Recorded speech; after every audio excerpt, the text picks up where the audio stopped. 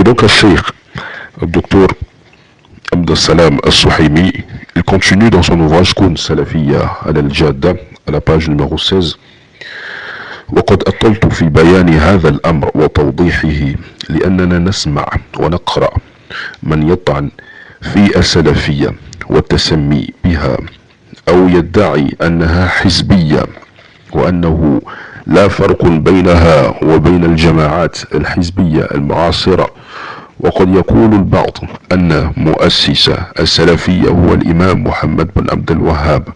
Donc le cheikh il continue toujours dans le sens de la clarification à propos de la salafiyya en disant en ces termes que on entend et on lit beaucoup de choses aujourd'hui.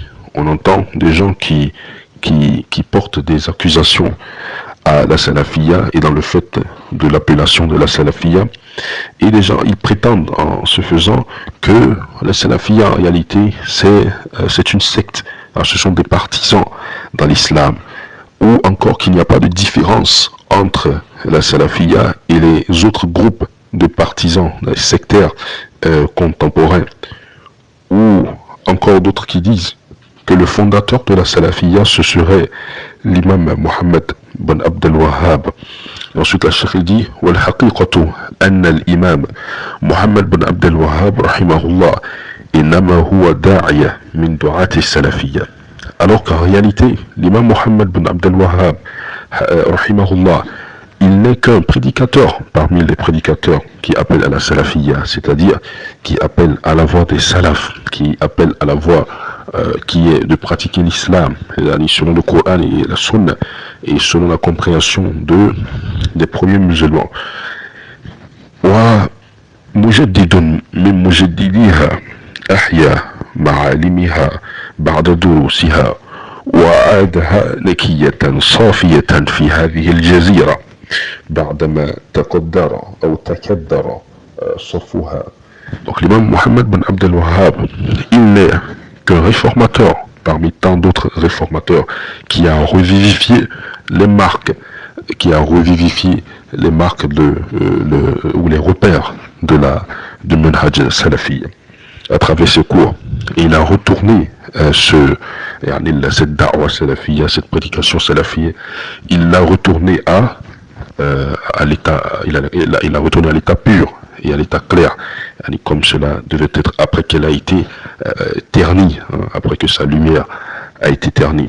Donc les gens qui disent aujourd'hui que c'est une nouvelle religion ou c'est une nouvelle manière de voir dans l'islam, cela n'est pas du tout le cas. Parce que vous pouvez lire dans les ouvrages de l'imam Mohammed bin Abdel Wahhab, lire dans ces ouvrages, vous verrez que toutes les paroles qui sont mentionnées, ce sont des paroles sur le Coran, à base du Coran et de la Sunna, selon la compréhension des salafs. Parce que vous savez, lorsque les gens ils veulent critiquer, c'est-à-dire les gens ils veulent faire éloigner, des gens d'une prêche, d'une prédication, un peu comme au temps du messager sallallahu alayhi wa sallam, ils affilient, ils collent des sobriquets à la personne, ou ils collent des sobriquets à ceux qui veulent suivre la voie droite. On leur dit, vous êtes des Wahhabis, vous êtes des gens qui suivent Mohammed bin Abdel Wahhab, alors que Mohammed bin Abdel Wahhab, il ne dit que ce que Allah il a dit, ce que le Messie sallam il a dit, et ce que les Sahaba ils ont dit. Quelle innovation, ou comment dirais-je, quelle nouveauté il y a dans le fait de suivre la parole d'Allah, celui de son messager, sans déformation, sans ajout, sans rajouter quoi que ce soit. Quelle est l'innovation dans cela? Donc vous verrez bien ici que ces gens, ce sont des gens qui essayent d'éloigner les gens de la vérité, des gens de la vérité, de les éloigner en collant des sobriquets ou en collant des attributs faussement sans réalité. Ensuite, Cheikh il dit بل إن هذه الدولة المباركة المملكة العربية السعودية حرسها الله دولة سلفية ودعوتها دعوة سلفية كما نص على ذلك مؤسسها الملك عبد العزيز بن عبد الرحمن آل سعود رحمه الله حيث قال في خطابه الذي ألقاه في حج العام 1365 إني رجل سلفي عقيدتي هي السلفية التي أمشي بمقتضاها على الكتاب والسنة. Allah, il a préservé l'Arabie Saoudite, le royaume d'Arabie Saoudite qu'Allah la garde. Allah lui a fait une grande grâce du fait que, alhamdulillah, c'est tout un pays, c'est tout un royaume qui fonctionne, qui a été fondé par son fondateur Al-Malik, le roi Abdelaziz Abdurrahman Al-Saoud, rahimahullah, qu'il a fondé sur la base du Coran, de la Sunna, selon la compréhension des salafs. Et c'est le seul d'ailleurs, c'est le seul pays d'ailleurs, en ces termes d'excellence, du fait de suivre, c'est-à-dire qu'elle soit fondée, que sa base, que le cœur même, que le fondement même de ce pays-là soit fait sur le livre d'Allah. Qu'est-ce qu'Allah il a dit? Qu'est-ce que le messager sallallahu alayhi wa sallam a dit? Quelle est la compréhension des Sahaba à propos de ces deux choses? Donc le roi, il disait en ces termes lors d'un hajj qu'il a eu à effectuer en l'année 1365, je suis un homme salafi. Ma croyance, elle est salafi, avec laquelle je marche à la lumière du Coran et de la Sunna. Subhanallah. Il dit encore, Yaquluna innana wahhabiyya. Les gens, ils disent que nous sommes des wahhabites. Wal haqiqatu, alors qu'en réalité, innana salafiyoun. Muhafaduna ala dinina, alors que nous sommes des salafis. Nous sommes des salafis qui préservons notre religion.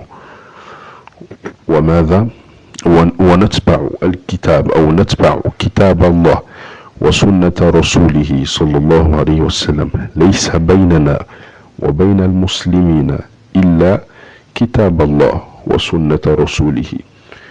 Nous sommes plutôt les salafis, des gens qui sont préservateurs de leur religion. Nous suivons le livre d'Allah, subhanallah, un pays où le dirigeant il parle en ces termes. Dans quel pays est-ce que vous allez voir un dirigeant, subhanallah, confié? Parce que souvent, lorsqu'on arrive au pouvoir, il est très facile, comme on peut le voir aujourd'hui, de perdre les repères et de se conformer à ce que font les gens, dans la masse, ou d'être oppressé, ou d'être contrôlé par des puissances dans ce monde, des puissances armées ou des puissances militaires ou des puissances financières dans ce monde. Il est très difficile d'avoir la tête posée et de penser à la réalité, de remettre toute la force à Allah Azza wa Jal et de suivre ce qu'Allah et son messager ils veulent. C'est très très très difficile. Subhanallah, Allah a préservé ce royaume jusqu'à ce que le fondateur, le roi de tout un pays, parle ainsi en ces termes. Il dit, nous sommes préservateurs de notre religion, nous suivons le livre d'Allah et la sunna du messager sallallahu alayhi wa sallam. Il n'y a rien entre nous et les musulmans si ce n'est le livre d'Allah et la sunna du messager sallallahu alayhi wa sallam.